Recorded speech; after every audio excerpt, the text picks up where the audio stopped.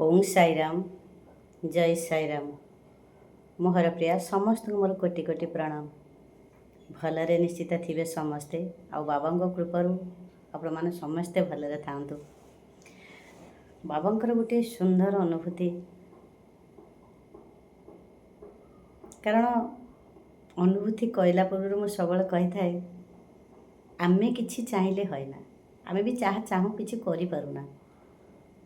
बाबा सब देखु थांती करू थांती कारण एमिति भी आपण कौन खाइबे कौन पीबे कौन पिंधिबे कौठिकी जिबे कौन निष्पत्ति आपण भाबुथिबे जे मु सब करदेली ना सब ही साई करि थांती कारण आमे प्रति क्षेत्र में आम जुआड़ को गले बाबा को सब समर्पित करिथाउ। बाबा ए घर द्वार रहिला आपण ए संसार देइछंती आपण ए घरर मालिक जहाँ करेंगे आपण करेंगे मुबा कौन मु केवल केयरटेकर ही जगिछि प्रभु आपण संसार आपण रहिला आम चलू। प्रतिटी घर बाहरिला परे आमे बाबा को सब समर्पित मु करि थाए आपण माने कौन करूछंती मु जानिनी। एमिति भी घर को प्रत्येक खाद्य जिनस आसिले भी बाबांकर से लक्ष्य थाए आमे श्रद्धारे प्रतिटी खाद्य आमे दे थाउ जदि भी न दे थाउ भूली जाई थाउ ताकु सी भी रात्रि मन पकई दियंती कारण आपण जदि पिला को खोई दउचंती ठीक समय मो पु चूड़ा गुंड खाइबो ठीक समय क्षीरटी आउटीबी मन पड़ुछि ना नहीं ताले पिला को भी भोक कले ठीक समय से मामा डाकिबो कांदिबो आपण भी जानी परिबे मो पु को मो झियो को भोक हेलानी। ठीक आमे खाली सब बेले साईं की सद्गुरु बोली भाविले हबनी आमर आपणार श्रद्धा सबरी बाबा सबले कहते जार भल पाइबा जार श्रद्धा थिबो से निश्चित बाबा ताको सब बेले सबु जिनस मन पकई दे थांती। तेणुकरी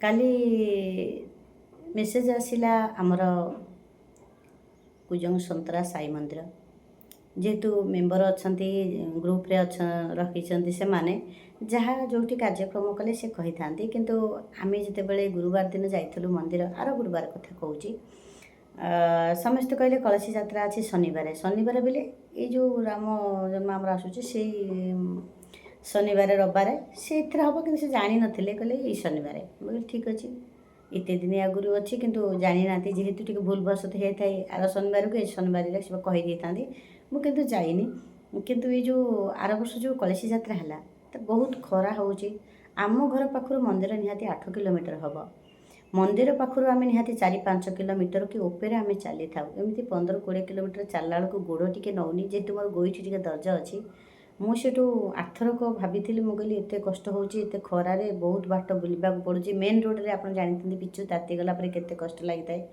किंतु गला बेले जोश रे चली जाई आसला बेले पानी काखेकी बहुत कष्ट लगी था से बाटे से आणतीनी गाँ देकर बहुत चक्कर बुलेकी आनी था माने जो भल पाइबा था से भल पाइबा आस्ते आस्ते कमी जाए एत जंत्रणा होता है पाद पाद सब हाथ फात तेणुक विरक्त हो कहली मुझे वर्ष आउ जीवेनि से कहतु पछे मुझे जीवेनि मेसेज आसू मुझे जीवेनि मना कर परदिन बाबू सब सौदापत्र आणिक आसिले बजार जाइए आंब ए तो प्रबल रेट आंब आणिक देले मुझे कौन कली बाबा देखी मुझे खाई आंब भल पाए बोली जिते रेट था प्रथम सेमती आणुवे आंब कारण मो आंबटा बेसी भल पाए भात रे खाइबा को भल पाए खाली भी खाइबा को भल पाए तेणुक से जानते जिते रेट हो प्रथम आंब आसला से खटा लागू कि मिठा लागू जिते रेट को बाबू आने आंब से मुझे कौन कली जेहेतु काली आमिष बारी थिला मु तो प्रसाद बाबा को देविनी मुझे खाली आंब टी केमती टेकी देकरी मुझे मोर खाई तापरे गला कलसी बुढ़िया उतैक मु मना करी बाबांकर सबुथरी इच्छा मु नगले कौन तुम कलसी यात्रा हेनी ना मु पानी नहीं कि ननेले कौन तुम आउ झील पुओ कहीं ना गाधे देवेनि तांकर एत लक्ष्य मो पर मो गोड़ कष्ट लगुच गोईठी दरज हो जाऊँगी तथापि मुझे जी एत हजार हजार झील पुओ आसी से कौन पानी नेबेनि गोटा मो पर गोटा पर्टिकुलर गोटा टार्गेट साईंकर सत्य ସାଙ୍ଗେ ସାଙ୍ଗେ କ'ଣ କରୁଛନ୍ତି ଚିନ୍ତା କର, ଆମ ଘର ପାଖରୁ ମନ୍ଦିର 8-10 କିଲୋମିଟର ବାଟ, ସେଠି ବୁଲିବାକୁ ନିହାତି 5-7 କିଲୋମିଟର ବୁଲୁଛୁ। ଆଉ ବାଧୁଛି ଟିକେ, ମୁଁ ମନା କଲି। ଯଦି ମନା କରୁଛି, ମୁଁ ଫାଇନାଲି ମନା କରୁଛି, ମୁଁ ଯିବିନି ଏ ବର୍ଷ। ତାପରେ ରାତିରେ ଚାଲି ଯାଇଛନ୍ତି। ରାତିରେ ପୁଣି କାହା ବିଷୟରେ କହିଲ? ଯେଉଁ ପଣ୍ଡିତ ପୂଜା କରୁଛନ୍ତି ତାଙ୍କରି ବିଷୟରେ। କ'ଣ କହିବି? ଆସିକିରି ପୁଣି ମୋ ବୋଉ ସହିତ, ମୋ ବୋଉ ସ୍ୱର୍ଗବାସୀ ହେଇଗଲାଣି, ମୋ ବୋଉ ସହିତ ଆସିଛନ୍ତି।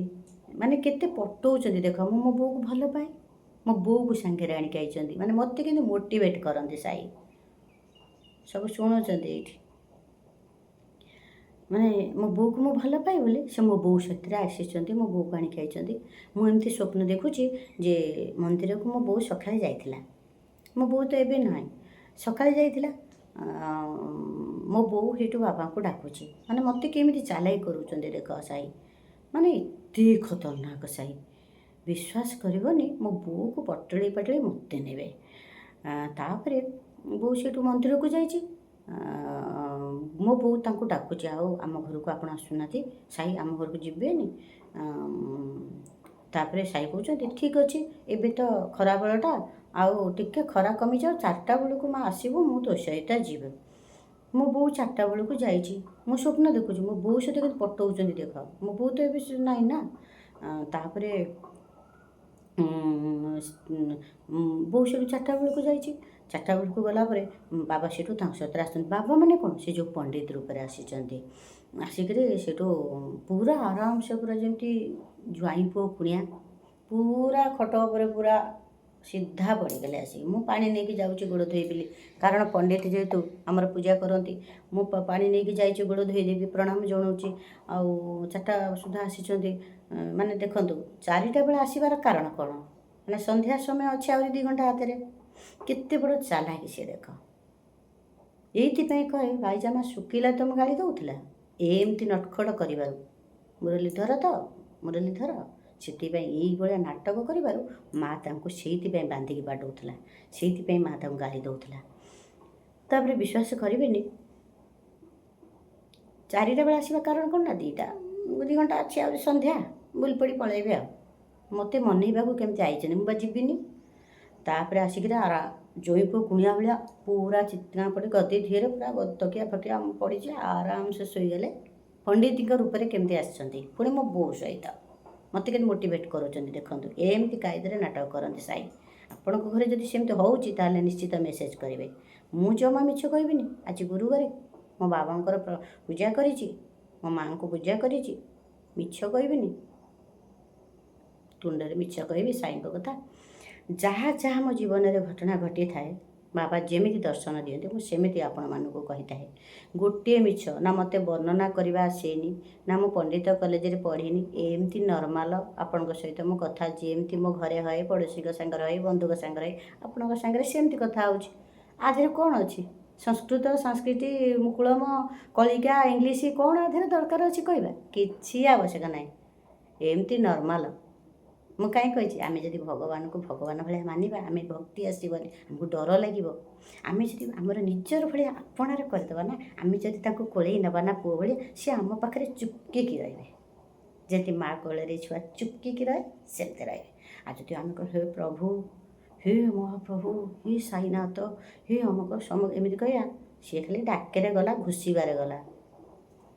ତେଣୁକରି ଦେଖିଲା ବେଳକୁ ପୁରା ପଣ୍ଡିତ ରୂପରେ ଆସିଲେ। ମୁଁ ସେଠୁ ଗୋଡ଼ ଫୋଡ଼ ଧୋଇବାକୁ ନେଉଛି, ପାଣି ଫାଣି ନେଉଛି। ସେଠୁ ଆସିଲେ, ପୁରା ଗୋଡ଼ ଫୋଡ଼ ନ ଧୋଇକିରି ପୁରା ପଟାଙ୍ଗ କିନି ଶୋଇପଡ଼ିଲେ। ତାପରେ ମୁଁ ସେଠୁ ତରତର କହୁଛି, ବୁଲିଲୁ 4ଟା ସମୟରେ ଚା ଟାଇମ୍, ଆଉ ଠିକ୍ ଅଛି, ଆଉ ପଣ୍ଡିତଜୀ ଆପଣ ଶୁଅନ୍ତୁ, ମୁଁ ଚା ଟିକେ କରିଦିଏ। ଫ୍ରିଜ୍କି ଯାଇକିରି ସେ ଆମ୍ବ ଟିକେ ମୁଁ କାଢ଼ୁଛି। ଦେଖନ୍ତୁ ଆମ୍ବ ତ ମୁଁ କାଲି ଦେଇଥିଲି, ଏମିତି ଟିକେ ଦେଖେଇ ଖାଇ ଦେଇଥିଲି। ଆଚ୍ଛା, ସକାଳକୁ ମୁଁ କହିଲି ଆଉ ଗୋଟେ ବଡ଼ ଆମ୍ବଟା ଅଛି, ମୁଁ ସକାଳକୁ ଗୁରୁବାର ପୂଜା କରିବି ବାବାଙ୍କ ପାଖରେ। ସେ ଗୁରୁବାର ପୂଜା କରିଲି, ବୁଧବାର ଦିନ 4ଟା ବେଳେ ପଳେଇ ଆଇଲେଣି ଆମ୍ବ ଖାଇବାକୁ। ଗୋଟେ କ'ଣ କହିବି, ଆମ୍ବ କ'ଣ ସେ ଖାଉନାହାନ୍ତି ନା, ତାଙ୍କୁ କ'ଣ ଆମେ ଦେଇପାରିବା ନା? ଏସବୁ ଶ୍ରଦ୍ଧା, ଭଲ ପାଇବା। ଆପଣମାନେ କହିବେ ଆପଣଙ୍କ ଆମ୍ବକୁ କ'ଣ ସାଇ ଆଇଥିଲେ ଖାଇବା ପାଇଁ, ଏମିତି କାଳେ କହିବେ ନା। ବାବାଙ୍କର ଯେଉଁ ଶ୍ରଦ୍ଧା, ଭଲ ପାଇବା, ସେ ଆମ୍ବ ତିଆରି ଥାଏ। ଆମର ଭଲ ପାଇବା ଆମେ ଗୋଟିଏ ଫଳ ଦେଉଛେ, ଶ୍ରଦ୍ଧାରେ ଦେଉଛେ ନା। ବାବା ସେ ସ୍ୱୟଂ ସୃଷ୍ଟିକର୍ତ୍ତା, ସେ ତ ସେ ଲଗେଇଛନ୍ତି, ସେ ସୃଷ୍ଟି କରିଛନ୍ତି ବୋଲି ଆମେ ଖାଇକି ବଞ୍ଚୁଛେ ନା। ଆମକୁ ଜନ୍ମ ଦେବା ପୂର୍ବରୁ ସବୁ କିଛି ବନ୍ଦୋବସ୍ତ କରିଛନ୍ତି। ଜନ୍ମ ଦେବା ପୂର୍ବରୁ ଚିନ୍ତା କରିଛନ୍ତି ମୁଁ ଆକୁ ସୃଷ୍ଟିକି ନେଉଛି, ଇ କ'ଣ ଖାଇବ, କ'ଣ ପିନ୍ଧିବ, କାହା ପରିଚୟ ନେଇ ବଞ୍ଚିବ। ଏମିତି ବି ବାପା ମା' ଆମର ତାଙ୍କଠାରୁ ଜନ୍ମ କରିକି ସିଏ ନିଜେ ବାପା ମା' ହେଇ ଆମକୁ ଗୋଟିଏ ଧରି ଦେଉଛନ୍ତି, ଇଏ ତ ବାପା, ଇଏ ତ ମା'। କିନ୍ତୁ ଗଲାବେଳେ କେହି ଯାଉନାହାନ୍ତି, କି ଆସିଲା ବେଳେ କେହି ଆସୁନାହାନ୍ତି। କିନ୍ତୁ ସିଏ କହିବେ ମୁଁ କ'ଣ ସୃଷ୍ଟି କରୁଛି, ମୋର ତ ପୁଣି ବ୍ୟକ୍ତିଗତ କାମ ଯେ ମୁଁ ସବୁବେଳେ ସମସ୍ତଙ୍କ ଦାୟିତ୍ୱ ନେବେ ନା। ତୁମମାନଙ୍କୁ ଧରେଇ ଦେଉଛି, ଇଏ ତ ବାପା, ଇଏ ତ ମା', ଇଏ ତ ଭାଇ ଭଉଣୀ। ତୁ ହସ ଖୁସିରେ ରହ, ମୁଁ ତୋ ପାଖରେ ଯାଇ ପହଞ୍ଚିବି। ତୁ ଖାଲି ମଝିରେ ମଝିରେ ଟିକେ ମୋତେ ମନେ ପକାଉଥିବୁ, ବାସ୍। ମୋତେ ଟିକେ ଶ୍ରଦ୍ଧା କରୁଥିବୁ, ବାସ୍। ତୁ ଟିକେ ମନେ ପକାଇଲେ ମୁଁ ତୋ ପାଖକୁ ଚାଲିଗଲି। କେମିତି ଆସିବେ? ଗୋଟେ ପିଜୁଳି ଗଛରେ ପାଚିଛି, ହେ ଏଇଟା ମୋ ବାବାଙ୍କୁ ଦେବା। ସେଇଠି ବାବା ଦେଖିଲେ, ଠକିନି ତାଙ୍କ ମୁଣ୍ଡରେ ଟାଇଁକିନି ଲାଗିବ, ଆରେ ମୋ ଭକ୍ତ ଜଣେ, ମୋ ଛୁଆ ଜଣେ ଗୋଟେ ପାଚିଲା ପିଜୁଳି ହେଇଛି, କହୁଛି ମୋତେ ଦେବ ବୋଲି। ହେ ମୁଁ ଯାଉଛି ଆଗ ସେ ପିଜୁଳିଟାକୁ ଖାଇଦେଇ ଆସେ। ସିଏ ଆପଣଙ୍କର ପୂଜା ଗ୍ରହଣ ସେଇଠି କରନ୍ତି। ଆପଣ ନେଇକରି ପ୍ରସାଦ ବାବା ଖାଇଦିଅନ୍ତୁ ନା, ଏ ଗଛରେ ପାଚିଥିଲା। ଖାଲି ଏତିକି, ଶ୍ଲୋକ କିଛି ନାହିଁ। ଆପଣ କିଛି କହିବେନି, ପ୍ରାଣାୟ ସ୍ୱାହା, ଅପାନାୟ ସ୍ୱାହା, ବ୍ୟାନାୟ ସ୍ୱାହା, ଉଦାନାୟ ସ୍ୱାହା, ସମାନାୟ ସ୍ୱାହା, ବ୍ରହ୍ମଣେନ, ଏମିତି କିଛି କହିବା ଦରକାର ନାହିଁ। ଆପଣ ବିଶ୍ୱାସ କରନ୍ତୁ, ଖାଲି ଶ୍ରଦ୍ଧାରେ କହିବେ ବାବା ପିଜୁଳିଟା ପାଚିଥିଲା, ଚାଙ୍ଗା ମିଠା ଲାଗୁଛି, ଆପଣ ଟିକେ ଖାଆନ୍ତୁ ନା, ତାପରେ ମୁଁ ଖାଇବି। ବିଶ୍ୱାସ କରିବେନି, ବାବା ସେଇଠି ହିଁ ଖାଇଥାନ୍ତି। ମୋ କଥା ଯଦି ମିଛ ଲାଗୁଛି ଆପଣ ନିଜେ ଇଏ କରିବେ, ପରୀକ୍ଷା ନିରୀକ୍ଷା କରିକି ମୋତେ କହିବେ। ଯଦି ଶ୍ରଦ୍ଧାରେ ଥୋଇ ଦିଆଥିବେ, ମନ ନଥିବ ଆଣିବାକୁ, ନିଶ୍ଚିତ ସେ ଖଣ୍ଡିଆ ହେଇଥିବ, ଦାନ୍ତ ଚିହ୍ନ ଲାଗିଥିବ। ମୁଁ ଦିନେ ବଜରଙ୍ଗବାଲିକି ଦେଇଥିଲି, ବିଶ୍ୱାସ କରିବେନି, ଦାନ୍ତ ଚିହ୍ନ ଲାଗିଥିଲା। ବିଶ୍ୱାସ ନ କଲେ ମୁଁ ଆଉ କ'ଣ କରିପାରିବି। କିନ୍ତୁ ମୋର ତ ମୁଁ ସତ କଥା ହିଁ କହିଥାଏ। ମୁଁ ଏତେ ଭକ୍ତି କରିପାରେ ନା, କିନ୍ତୁ ଏମିତି ନର୍ମାଲ୍ ଯେମିତି ଆପଣଙ୍କୁ କହୁଛି ମୁଁ ସେମିତି କଥାବାର୍ତ୍ତା ହେଇଥାଏ। ବାବା ଟିକେ ନେଲେ, ଆମ୍ବଟା ଭଲ ମିଠା ଲାଗୁଛି ନାହିଁ ଟିକେ କହିଲ, ଆପଣ ଖାଇଲେ ଟିକେ, ମୁଁ ତାପରେ ଖାଇବି। ଆପଣ ଖାଇକି କହିବେ ମିଠା ଲାଗୁଛି କି ନାହିଁ। ଯଦି କ୍ଷୀରି କରିଥିବି, ବାବା ଏ କ୍ଷୀରି ଟିକେ ଚାଖୁନାହାନ୍ତି, ଚିନି ଫିନି ପଡ଼ିଛି କି ନାହିଁ, ମିଠା ଫିଠା ହେଇଛି କି ନାହିଁ, ମୁଁ କହିଲେ ମୁଁ ଆଉ ଟିକେ ପକାଇବି ନା, ଆଉ ମୁଁ ଗଇଁଠା କରିକି ଆପଣଙ୍କୁ ଦେବି। ଏମିତି ମୁଁ କହିଥାଏ। ଆ ଦେହରେ କ'ଣ ଶ୍ଲୋକ ଦରକାର ଆପଣ କହୁନାହାନ୍ତି? ଆ ଦେହରେ କ'ଣ ଶ୍ଲୋକ ଦରକାର? ମୋ ବାବା ତ ବୁଝୁଛନ୍ତି, ଆପଣ ବୁଝିପାରିବେନି କ'ଣ? ମୋ ସାଇ ତ ବୁଝୁଛନ୍ତି, ଆପଣ କ'ଣ ବୁଝିପାରିବେନି? ତାପରେ ସେଇଠୁ ମୁଁ ଦେଖୁଛି ପଣ୍ଡିତ ଆସି ଶୋଇଲେ। ମୁଁ ସେଇଠୁ କ'ଣ କଲି, ଚଟାପଟ ଫ୍ରିଜରୁ ଯାଇକି ସେ ଆମ୍ବଟା କାଢ଼ୁଛି, କଳସି କାଖେଇବା କଥା ସେଇଠି ରହିଛି କେବଳ। ପୁଣି ନାଇଁ ନାଇଁ ନାଇଁ ନାଇଁ କରି ପଣ୍ଡିତ ଚାଲି ଯାଇଛନ୍ତି, ସାଇ ଆସିଛନ୍ତି ପଣ୍ଡିତଙ୍କ ରୂପରେ, ପୁଣି ମୋ ବୋଉକୁ ଆଣି ମୋଟିଭେଟ୍ କରିବା ପାଇଁ। ଆଚ୍ଛା ମୁଁ ନଗଲେ ନା କଳସି ଯାତ୍ରା ହେବନି ନା, ତାଙ୍କର ଆଉ ଭକ୍ତ ନାହାନ୍ତି ନା, ତାଙ୍କର ନିଜ ଝିଅ ପୁଅ ନାହାନ୍ତି।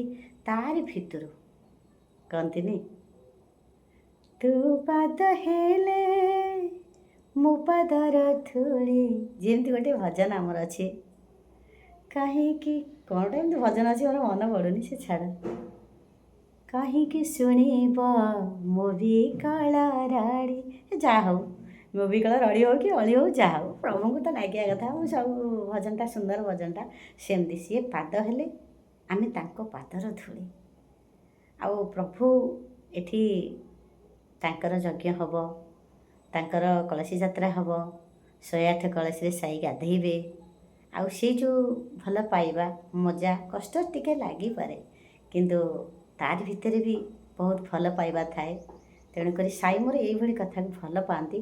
ଆଉ ସ୍ୱପ୍ନରେ ଆସିଲେ, କାଲି କଥା କହୁଛି, ଆଜି ଗୁରୁବାର, କାଲି କଥା କହୁଛି, ପଣ୍ଡିତ ରୂପରେ ଆସିଛନ୍ତି ବାବା।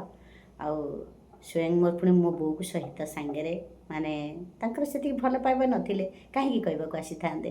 ଆପଣ ସ୍ୱୟଂ ଛିଡ଼ା ହେଇକିରି ମୋତେ କହିବେ ମୁଁ କ'ଣ ଏତେ ବିଶିଷ୍ଟ ଭକ୍ତ ନା, ଏମିତି ତାଙ୍କ ସେବା ମୁଁ କରିପାରୁଛି ନା। ସେ ଜାଣିଛନ୍ତି ଇଏ ମୋର ସବୁଠୁ ଦୁଃଖିନୀଟିଏ, କହନ୍ତିନି ଦୁଃଖିନୀ ଗୋବର ଗୋଟେଇ, ତ ପାଇଁ ତ ଆପଣ ଜାଣିଛନ୍ତି ଖୁଦୁରୁକୁଣୀ ଓଷାରେ ସେମିତି କଥାରେ କହନ୍ତିନି, ଦୁଃଖିନୀ ଝିଅ ପ୍ରତି ବାବାଙ୍କର ବା ଈଶ୍ୱରଙ୍କର କୃପା ବେଶୀ ଥାଏ। ଆପଣ ସତ୍ପଥରେ ଥିବେ, ଦୁଃଖ କରୁଥିବେ, ଆପଣଙ୍କୁ ଦୁଃଖ ଦେଉଥିବେ, ଆପଣ ସବୁବେଳେ ସତ୍କର୍ମରେ ଥିବେ। ଆପଣଙ୍କୁ ଅନୁଭବ ହେଉଥିବ ମୁଁ କିଛି ମିଛ କହୁନି, ମୁଁ କିନ୍ତୁ କାହା ପାଇଁ ଖାଲ ଖୋଳୁନି, ମୁଁ ଚୋରି କରୁନି, ମୁଁ କାହା ତଣ୍ଟି ଚିପୁନି, କାହା ବିଚାର ମୁଁ ପକାଉନି, କିନ୍ତୁ କାହିଁକି ମୋ ଜୀବନରେ ଦୁଃଖ ଆସୁଛି। ଏଇଠି ମୁଁ ସବୁବେଳେ କହିଥାଏ, ସିଏ ହିଁ ପ୍ରକୃତ ଭକ୍ତ, ଯାହାକୁ ନିଜେ ଈଶ୍ୱର ତାଙ୍କ ଇଚ୍ଛା ଅନୁସାରେ କୃପା କରିଥାନ୍ତି, ଶ୍ରଦ୍ଧା କରିଥାନ୍ତି, ଭଲ ପାଇଥାନ୍ତି। କିଛି ପ୍ରସାଦ ଫଳମୂଳ କିଛି ଦେବା ଦରକାର ନାହିଁ। ଯଦି ଆଖିର ଲୁହ ଆମର ଅଛି ନା, ସେଇଭଳି ବ୍ୟକ୍ତିତ୍ୱ ଯେ ସବୁବେଳେ ସତ୍ପଥରେ ଥାଏ। ତାଙ୍କୁ ସବୁବେଳେ ଈଶ୍ୱର କୃପା କରିଥାନ୍ତି। ଆଉ ସାଇ ସବୁବେଳେ ସାଥ ଦେଇଥାନ୍ତି। ଯେ ସତ କହିଥାଏ, ମୁଁ ସବୁବେଳେ ସତ କହିଥାଏ। ମୋତେ ଯେତେ ଦୁଃଖ ଆସୁ, ଯେତେ ମୋତେ ଯିଏ ଟର୍ଚର କରୁ, ଯେତେ ମୋତେ ଯିଏ କ୍ରିଟିସାଇଜ୍ କରୁ, କିନ୍ତୁ ମୁଁ ସବୁବେଳେ ସତ କହିବାକୁ ଭଲ ପାଇଥାଏ। ଆଉ ଯଦି ମୁଁ ସତ କହିଛି, ମୋତେ କିଏ ବିନା ଦୋଷରେ ଦୁଃଖ ଦେଇକି ଭୁଲ ମଗିବାକୁ ଚାହୁଁଛି, ମୁଁ କସ୍ମିନି କାଳ ଭୁଲ ମାଗେନି। ଏଇଟା ମୁଁ ସତ କଥା କହୁଛି। ଏଇଟା ମୋର ଆପଣ କହିପାରନ୍ତି ଗୋଟେ ବ୍ୟାଡ୍ ହାବିଟ୍, କିନ୍ତୁ ମୁଁ ଯଦି ସତ ପଥରେ ଥିବି, ସତ କହିଥିବି, କିଛି ଭୁଲ କରିନଥିବି, ମୋତେ ଆପଣ ଜବରଦସ୍ତ ମୁଣ୍ଡ ନୁଆଁଇକି କହିବେ ତୁ ଭୁଲ ମାଗେ, ମୋ ମୁଣ୍ଡ କଟିଯିବ, ମୁଁ ଭୁଲ ମାଗିବିନି। ଆଉ ଯଦି ମୋର କିଛି ମୋ ତରଫରୁ ଭୁଲ ହେଇଯାଇଛି, ତାହେଲେ ମୁଁ ବାଡ଼ିଆ ଖାଇବି, ଗାଳି ଶୁଣିବି, ସବୁ କରିବି, ତ କହିବି। ଯେହେତୁ ନର ଶରୀର, ରକ୍ତ ମାଂସ ଶରୀର, ରାଗ ତ ଚିଡ଼ିବ, ନିଶ୍ଚିତ କହିବି ପଦେ। କିନ୍ତୁ ଯଦି ସତ୍ପଥରେ ଥିବି, ଭୁଲ କରିନଥିବି, ମୋତେ କିଏ 5 ଜଣ ମିଶିକିରି ଜବରଦସ୍ତ କହୁଥିବେ ତୁ ଭୁଲ କରିଛୁ, ଭୁଲ ମାଗେ, ମୋ ମୁଣ୍ଡ କଟିଯିବ ଆଜ୍ଞା, ମୁଁ ଭୁଲ ମାଗିବିନି। ଏଇଟା ମୋର ଗୋଟେ ଅଭ୍ୟାସ।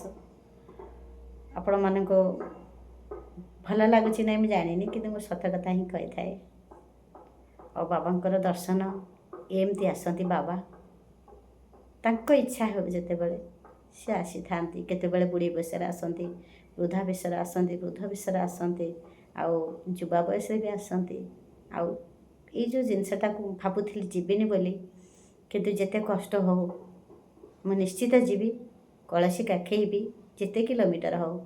ଆଉ ଆପଣମାନଙ୍କୁ ସମସ୍ତଙ୍କ ଭିଡ଼ିଓ ଦେଖିବେ, କେବେ ମିସ୍ କରିବେନି, କାରଣ ବର୍ଷକରେ ଥରେ ବାବାଙ୍କର ସେବା। ଆପଣମାନେ ସମସ୍ତେ ଭିଡ଼ିଓ ଦେଖିବେ, କଳସୀ ଯାତ୍ରା ଦର୍ଶନ କରିବେ। ଯଦି ମୁଁ ଯାଇ ନିଶ୍ଚିତ, ମୁଁ ତ ଯିବି ନିଶ୍ଚିତ। ରଖୁଛି, ସାଇରାମ।